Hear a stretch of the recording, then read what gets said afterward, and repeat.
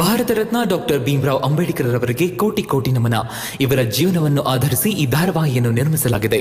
ರಾಷ್ಟ್ರಕ್ಕೆ, ರಾಷ್ಟ್ರದ ಜನರಿಗೆ ಅಂಬೇಡ್ಕರರ ಕೊಡುಗೆ ಅಪಾರ.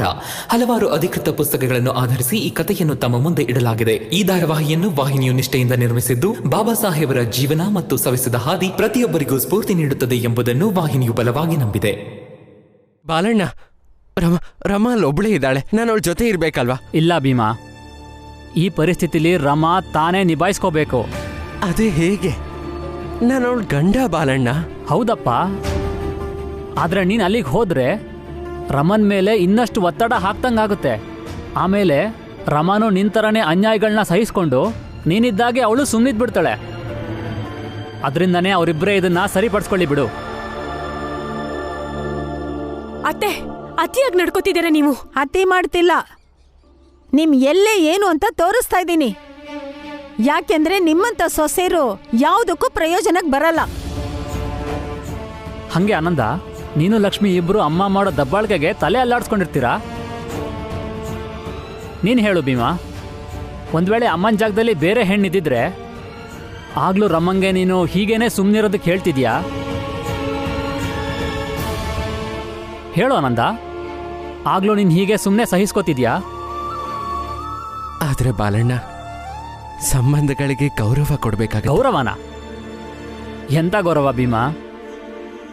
ಅಮ್ಮ ತಮ್ಮ ಗೌರವನ ತಾವೇ ಕಳ್ಕೊಂಡಿರುವಾಗ ಇನ್ನು ಲಕ್ಷ್ಮೀ ರಮ್ಮ ಏನ್ ಗೌರವ ಕೊಡ್ಲಿಕ್ಕೆ ಸಾಧ್ಯ?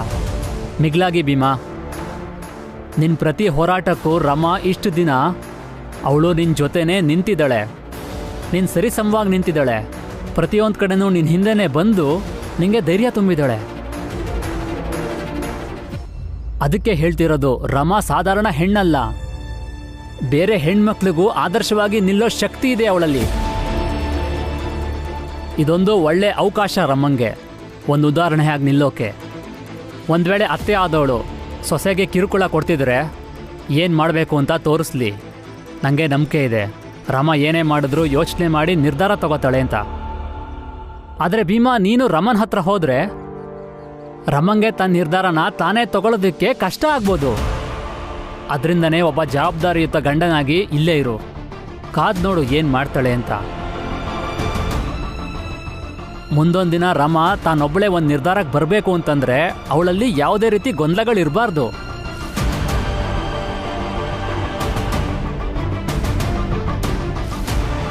ಇಲ್ಲೇ ನಿಂತ್ಕೊಂಡು ನಿಮ್ ಗಂಡನ್ನ ಬರಕ್ ಹೇಳಿ.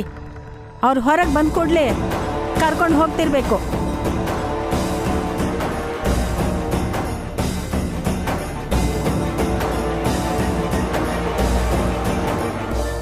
ರೀ, ಹೊರಗೆ ಬನ್ನಿ, ನಾವಿಲ್ಲಿರೋದು ಬೇಡ. ಬೇಡ ಆನಂದ, ನೀನು ಹೊರಗೋಗೋದು ಬೇಡ. ಇವತ್ತು ಅವ್ರವ್ರ ನಿರ್ಧಾರ ಅವರೇ ತಗೋಬೇಕು. ಇಂಥ ಪರಿಸ್ಥಿತಿಲಿ ಏನು ಮಾಡಬೇಕು ಅಂತ ತೋರಿಸ್ಲಿ, ಹೇಗೆ ಮುಂದುವರಿಬೇಕು ಅಂತ ಹೇಳ್ಕೊಡ್ಲಿ. ರೀ, ಕೇಳಿಸ್ತಿಲ್ವಾ?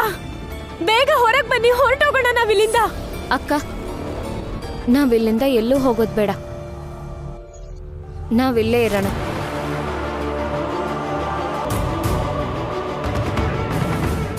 ಸಂಬಂಧಕ್ಕೆ ಗೌರವ ಕೊಡಕ್ಕೂ ಒಂದು ಮಿತಿ ಇರುತ್ತೆ. ಇಬ್ರು ಸಮವಾಗಿ ಗೌರವ ಇಟ್ಕೊಂಡಿದ್ರೆ ಮಾತ್ರ ಆಗ್ಲೇ ಆ ಸಂಬಂಧಕ್ಕೆ ಬೆಲೆ ಕೊಡಕ್ ಸಾಧ್ಯ. ಗೌರವ ಪಡ್ಕೊಳ್ಳಕ್ಕೂ ಒಂದು ಅರ್ಹತೆ ಇರಬೇಕು. ಎಲ್ಲಿ ಇದೆಲ್ಲ ಮುಗ್ದೋಗುತ್ತೋ ಬತ್ತೋಗುತ್ತೋ ಆಗ ನಾವು ತಿರುಗಿ ನಿಲ್ಬೇಕಾಗುತ್ತೆ.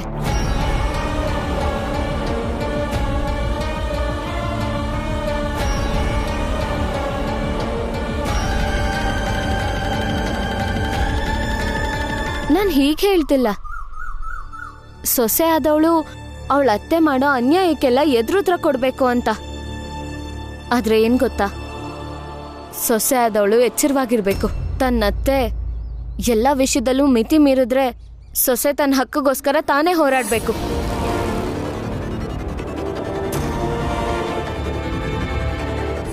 ಅತ್ತೆ, ಇಲ್ಲಿವರೆಗೂ ಹೋಗೋಣ ಅಂತಾನೆ ಇದ್ದೆ, ಆದ್ರೆ ನಿಮ್ಮ ಈ ನಡವಳಿಕೆಯಿಂದ ನಾವಿಬ್ರು ಇಲ್ಲಿಂದ ಎಲ್ಲೂ ಹೋಗೋದಿಲ್ಲ. ಈಗ ನಾನು ಮತ್ತೆ ಅಕ್ಕ ನಮ್ಮ ಗಂಡಂದಿರಿರೋ ಮನೇಲೆ ನಾವು ಇರ್ತೀವಿ. ಈಗ ಅದೇನ್ ಹೇಳ್ತಿರೋ ಮಾಡ್ಕೋತಿರೋ ಮಾಡ್ಕೊಳ್ಳಿ. ಬಿಡು ರಾಮ. ಇಷ್ಟು ವರ್ಷದಿಂದ ಅತ್ತೆ ಏನೇ ಮಾಡಿದ್ರು ಅವ್ರಿಗೆ ತಾಯಿ ತರ ನಾವಿಬ್ರು ಗೌರವ ಕೊಟ್ಕೊಂಡೇ ಬಂದಿದ್ದೀವಿ. ನಾನು ಬಿಡು, ನೀನ್ ನನಗಿಂತ ಅವ್ರನ್ನ ಚೆನ್ನಾಗಿ ನೋಡ್ಕೊಂಡಿದ್ಯಾ. ಬೇಮ್ ಭಾವ ಮತ್ತೆ ಇವ್ರ ಆಲೋಚನೆ ಬೇರೆನೇ ಇದೆ. ಯಾವಾಗ್ಲೂ ವೈಚಾರಿಕವಾಗಿ ಭಿನ್ನಾಭಿಪ್ರಾಯ ಬರ್ತಾನೆ ಇತ್ತು, ಜಗಳ ನಡೀತಾನೆ ಇತ್ತು. ಆದ್ರೆ ನೀನ್ ಯಾವತ್ತೂ ಕೂಡ ಅದ್ರ ಪರಿಣಾಮನ ಇವ್ರ ಮೇಲೆ ತೋರಿಸ್ತಾನೆ ಇರ್ಲಿಲ್ಲ. ಅದ್ರ ಬದಲಾಗಿ ಇವ್ರು ನಮಗೇನ್ ಕೊಟ್ಟಿದ್ದಾರೆ ಹೇಳು? ಬರೀ ನಮಗ್ ಶಾಪಗಳನ್ನ ಹಾಕಿದ್ದೆ ಆಯ್ತು. ಏನೇ ತಪ್ಪಾದ್ರೂ ಎಲ್ಲ ನಿನ್ ಮೇಲೆ ಹಾಕೊಂಡ್ ಬಂದ್ರು. ನಡಿ ಹೋಗೋಣ, ಬೇರೆ ಎಲ್ಲಾದ್ರೂ ನೆಮ್ಮದಿಯಾಗಿರೋಣ. ಇಲ್ಲ ಅಕ್ಕ, ನಾವಿಲ್ಲಿಂದ ಎಲ್ಲೂ ಹೋಗಲ್ಲ. ಹಾಗಂತ ಇವ್ರ ಮೇಲಿನ ಗೌರವ ಏನ್ ಕಮ್ಮಿ ಆಗಲ್ಲ. ಇವತ್ತಿಂದ ಇದನ್ನ ನಾವು ತಲೆಯಲ್ಲಿ ಇಟ್ಕೊಳ್ಳೋಣ. ಈ ಮನೇಲಿ ನಮಗೂ ಹಕ್ಕಿದೆ ಅಂತ.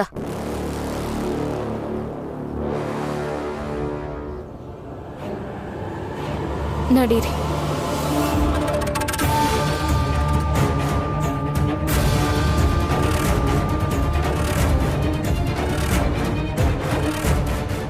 ನನ್ನನ್ನು ದಾಟ್ಕೊಂಡು ಒಳಗೆ ಹೋಗಿ ನೋಡೋಣ. ಏನ್ ಹೇಳ್ತಿದ್ದೀರಾ ನೀವು?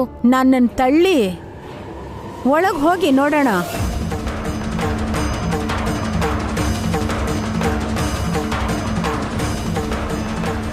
ಅತ್ತೆ, ದಯವಿಟ್ಟು ದಾರಿ ಬಿಡಿ. ದಾರಿ ಬಿಡಲ್ಲ. ಅಷ್ಟಕ್ಕೂ ಒಳಗೆ ಹೋಗ್ಲೇಬೇಕು ಅಂತಿದ್ರೆ ನನ್ನನ್ನು ಪಕ್ಕಕ್ಕೆ ತಳ್ಬಿಟ್ಟು ಹೋಗಿ. ಹೌದು ರಮ್ಮ, ತಳ್ಳು ಪಕ್ಕಕ್ಕೆ. ಆಗ್ಲಾದ್ರೂ ಜೀಜಾಬಾಯಿಗೆ ಬುದ್ಧಿ ಬರಲಿ. ವಯಸ್ಸಲ್ಲಿ ದೊಡ್ಡೋಳಾದ್ರೂ ತನಗಿಂತ ಚಿಕ್ಕವ್ರ ಮೇಲೆ ಕೈ ಮಾಡ್ತಿದ್ರೆ, ಹಿಂಸೆ ಕೊಡ್ತಿದ್ರೆ, ಇವತ್ತೆಲ್ಲ ನಾಳೆ ಚಿಕ್ಕವರು ತಿರುಗಿ ಬೀಳ್ತಾರೆ ಅಂತ ಗೊತ್ತಾಗ್ಲಿ. ನೋಕೋಳ್ನ. ರಮ, ಇದೊಂದ್ಸಲ ನನ್ನ ಮಾತು ಕೇಳು. ನೀನಿಲ್ಲಿರೋದ್ರಿಂದ ಯಾವುದು ಕೂಡ ಬದಲಾಗೋದಿಲ್ಲ. ಅಕ್ಕ, ನಾವಿಲ್ಲಿಂದ ಎಲ್ಲೂ ಹೋಗ್ತಿಲ್ಲ. ಸರಿ ಬಿಡು, ನೀನ್ ಹೋಗು. ಆದ್ರೆ ನಾನ್ ಮಾತ್ರ ಬರಲ್ಲ. ನೀವು ಬರ್ತೀರಾ? ಇಷ್ಟು ದಿನ ಆಗಿದ್ದಾಯ್ತು. ಆದ್ರೆ ಇನ್ಮೇಲೆ ಹೊಸ ಜೀವನ ಶುರು ಮಾಡೋಣ. ಸರಿ, ಹಾಗಾದ್ರೆ ನಿಮ್ಮತ್ತೇನು ಪಕ್ಕಕ್ಕೆ ನೂಕಿ ಕೆಳಗೆ ಬೀಳ್ಸಿ ಹೊಸ ಜೀವನ ಶುರು ಮಾಡ್ಕೊಳ್ಳಿ.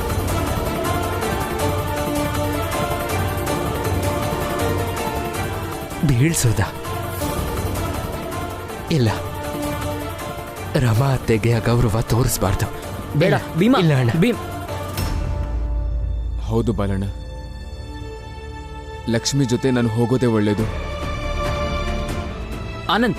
ಆನಂದ,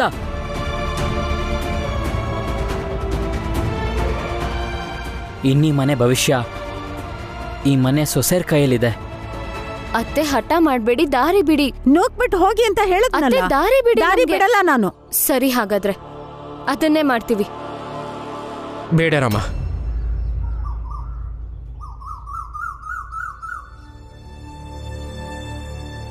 ಹಾಗೆ ಮಾತ್ರ ಮಾಡಬೇಡ.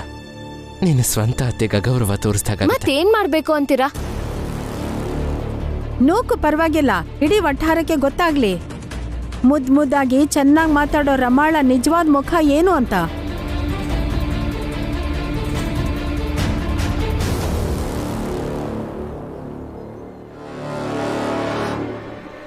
ನಾನ್ ನಿಮ್ಮನ್ ತಳ್ಳಲ್ಲ. ಕೈ ಹಿಡಿದು ಮನೆ ಒಳಗೆ ಕರ್ಕೊಂಡು ಹೋಗ್ತೀನಿ. ಬನ್ನಿ. ಕೈ ಬಿಡು ರಮ. ಬನ್ನಿ. ರಮ, ಕೈ ಬಿಡು ಅಂದೆ. ಬಿಡು ಅಂದೆ. ಅತ್ತೆ, ಬನ್ನಿ.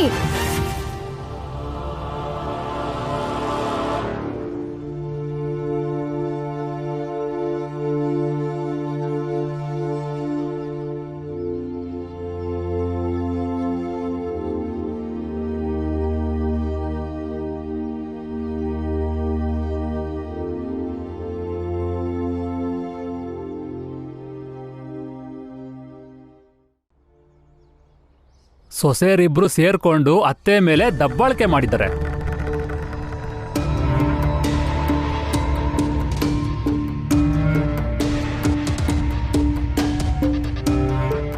ರಾಮಲಕ್ಷ್ಮಿ ಇಬ್ರು ದಬ್ಬಾಳಿಕೆ ಮಾಡಿಲ್ಲ. ಇಬ್ರು ಅತ್ತೆಗೆ ಮರ್ಯಾದೆನೂ ಕೊಟ್ಟಿದ್ದಾರೆ, ತಮ್ಮ ಹಕ್ಕನ್ನು ಪಡೆದಿದ್ದಾರೆ. ಎರಡರಲ್ಲೂ ಗೆದ್ದಿದ್ದಾರೆ ಅವರು. ಅದಕ್ಕೇನೀಗ? ನಿಂಗೇನು ಹೇಳಿಲ್ವಲ್ಲ ನಾನು? ನೀನ್ ಯಾಕೆ ಮುಖ ಸಿಂಡ್ರಿಸ್ಕೊಂಡಿದ್ಯಾ? ನಾನು ಹೇಳಿದ್ದು ಆ ರಮಾ ಲಕ್ಷ್ಮಿ ಬಗ್ಗೆ. ನಂಗೆ ಕೋಪ ಅಂದ್ರೆ ಅವರಿಬ್ರು ನಂತರನೇ ಹೆಣ್ಮಕ್ಳು. ಅವ್ರತ್ತೆ ಇದ್ದಂಗೆ ನಮ್ಮತ್ತೇನೂ ಇದ್ದಿದ್ದು. ನಮ್ಮಿಬ್ರನ್ನ ಮನೆ ಬಿಟ್ಟು ಓಡಿಸ್ದ್ರಲ್ಲ, ಅವ್ರು ಬದುಕಿರೋ ತನಕ ಇಷ್ಟ ಬಂದಾಗ ಹೋಗಿದ್ರಿ ಅಲ್ವಾ ಅಮ್ಮನ್ ನೋಡಕ್ಕೆ. ಆದ್ರೆ ನನ್ನನ್ನು ಮಾತ್ರ ಮನೆಗೆ ಸೇರಿಸ್ತಿರ್ಲಿಲ್ಲ. ತಪ್ಪೆಲ್ಲ ಸೊಸೆದೆ ಅಂತಿದ್ರು ನಿಮ್ಮಮ್ಮ. ಅಮ್ಮ ಏನ್ ಬದುಕಿದಾರ ಈಗ? ಅವ್ರ ಬಗ್ಗೆ ಈಗ ಯಾಕೆ ಮಾತಾಡ್ತಿದ್ಯಾ? ಯಾಕಂದ್ರೆ ನಾನ್ ಯಾವ ತಪ್ಪು ಮಾಡಿರ್ಲಿಲ್ಲ. ಆದ್ರೆ ರಮನ್ ಥರ ಧ್ವನಿ ಎತ್ತಿರ್ಲಿಲ್ಲ ಅಷ್ಟೇ. ಅತ್ತೆ ಪ್ರೀತಿಯಿಂದ ದೂರ ಆಗಿ ಗಂಡನಿಂದನೂ ಪ್ರೀತಿ ಪಡಿದೆ ಏನೋ ಬದುಕ್ತಿದ್ದೀನಿ. ಇದನ್ನೆಲ್ಲ ನೋಡಿ ನೋಡಿ ಸುಮ್ಮನಾಗ್ಬಿಟ್ಟಿದ್ದೀನಿ. ನಿಮ್ ತಾಯಿ ಗೌರವ ಉಳಿಸೋದ್ರಲ್ಲಿ ನಾನು ಬಡವಾದೆ. ಆದ್ರೆ ಇನ್ನು ಅದರಿಂದ ಹೊರ ಬರೋಕೆ ಆಗಿಲ್ಲ. ಲೇ, ಇನ್ನು ಎಷ್ಟು ದಿನ ಅಂತ ನೀನು ಹೀಗೆ ಬಡ್ಕೋತಿರ್ತೀಯಾ?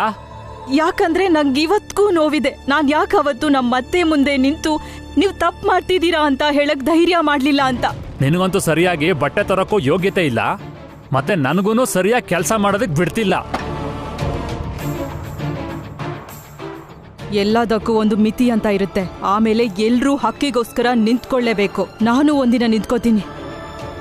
ರಮಾ ಮತ್ತೆ ಲಕ್ಷ್ಮಿ ಸರಿಯಾಗೇ ಮಾಡಿದ್ದಾರೆ. ಅದೇ ಸರಿಯಾದ ದಾರಿ. ಬಿಡು ಬಿಡು ಅಂದೆ.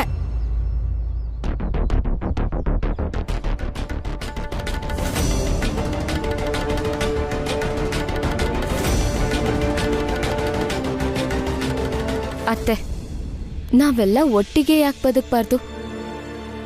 ನೀವು, ನಾನು, ಲಕ್ಷ್ಮಿ ಅಕ್ಕ, ಆನಂದಣ್ಣ, ಮೀರಾ ಅತ್ತೆ ಮುಂಚೆ ಇರ್ತಿದ್ವಲ್ಲ.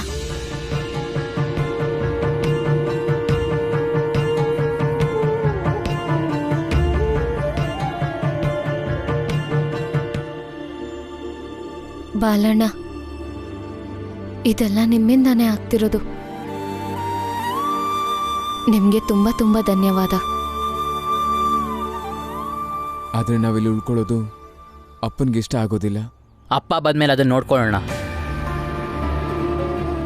ಅಲ್ಲಿವರೆಗೂ ಎಲ್ಲರೂ ಒಟ್ಟಿಗಿರಿ. ನಾನಿನ್ ಬರ್ತೀನಿ.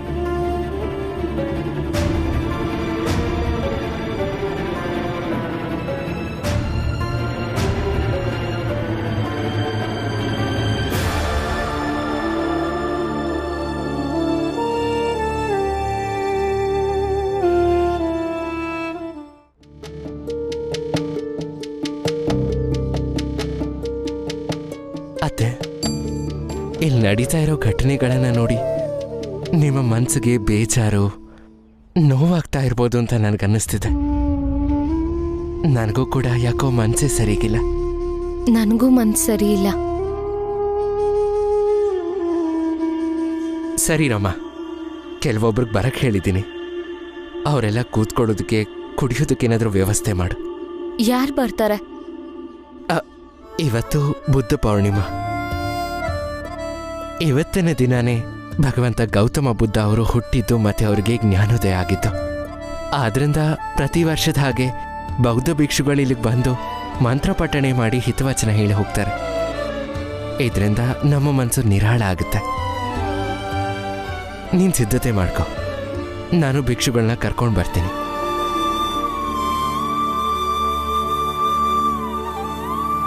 ಎಲ್ರಿಗೂ ಕೆಲಸ ಮಾತ್ರ ಸರಿಯಾಗಿ ಆಗ್ಬಿಡ್ಬೇಕು. ಆದ್ರೆ ದುಡ್ಡು ಮಾತ್ರ ಯಾರು ಬಿಚ್ಚಾಕ್ ತಯಾರಿಲ್ಲ. ಇವ್ರು ನಂಬ್ಕೊಂಡು ಸಾಕಾಗೋಗಿದೆ. ಬರೀ ಬಿಟ್ಟಿ ಕೆಲಸ ಮಾಡೋದೇ ಆಗೋಯ್ತು. ದುಡ್ಡು ಕೇಳಿದ್ರೆ ಮಾತ್ರ ಆಮೇಲೆ ಕೊಡ್ತೀನಿ ಹೋಗು ಅಂತ ಹೇಳ್ತಾರೆ. ಇದೆಂತ ಜೀವನ ಆಗೋಯ್ತು ನಂದು, ಸಾಕಾಗೋಗಿದೆ.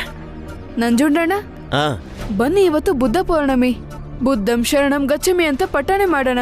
ಇದ್ರಿಂದ ಮನ್ಸ್ಗೂ ಶಾಂತಿ ಸಿಗುತ್ತೆ. ಮತ್ತೆ ನೀವು ಕೂಡ ಭೀಮಣ್ಣನ ತರ ಒಳ್ಳೆ ಮಾತಾಡಕ್ ಶುರು ಮಾಡ್ತೀರಾ ನಂಜುಂಡಣ್ಣ.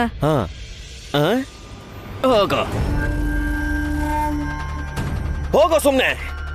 ಬಂದ್ಬಿಟ್ಟ ಇಲ್ಲಿ ಭೀಮ ಭೀಮ ಅಂತ ಹೊಗಳ್ಕೊಂಡು. ಕರ್ಕೊಂಡೋಗೋ ಇವನ್ನ. ಭೀಮಣ್ಣ ಬಂದ್ರು.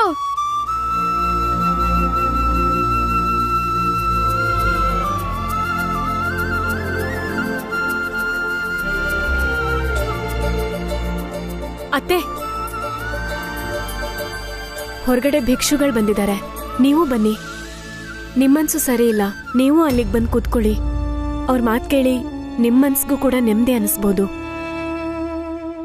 ಬುದ್ಧಂ ಶರಣಂ ಗಚ್ಛಾಮಿ ಧಮ್ಮಂ ಶರಣಂ ಗಚ್ಛಾಮಿ ಸಂಘಂ ಶರಣಂ ಗಚ್ಛಾಮಿ ಬುದ್ಧಂ ಶರಣಂ ಗಚ್ಛಾಮಿ ಧಮ್ಮಂ ಶರಣಂ ಗಚ್ಛಾಮಿ ಸಂಘಂ ಶರಣಂ ಗಚ್ಛಾಮಿ ಬುದ್ಧಂ ಶರಣಂ ಗಚ್ಛಾಮಿ ಧಮ್ಮಂ ಶರಣಂ ಗಚ್ಛಾಮಿ ಸಂಘಂ ಶರಣಂ ಗಚ್ಛಾಮಿ ಬುದ್ಧಂ ಶರಣಂ ಗಚ್ಛಾಮಿ ಧಮ್ಮಂ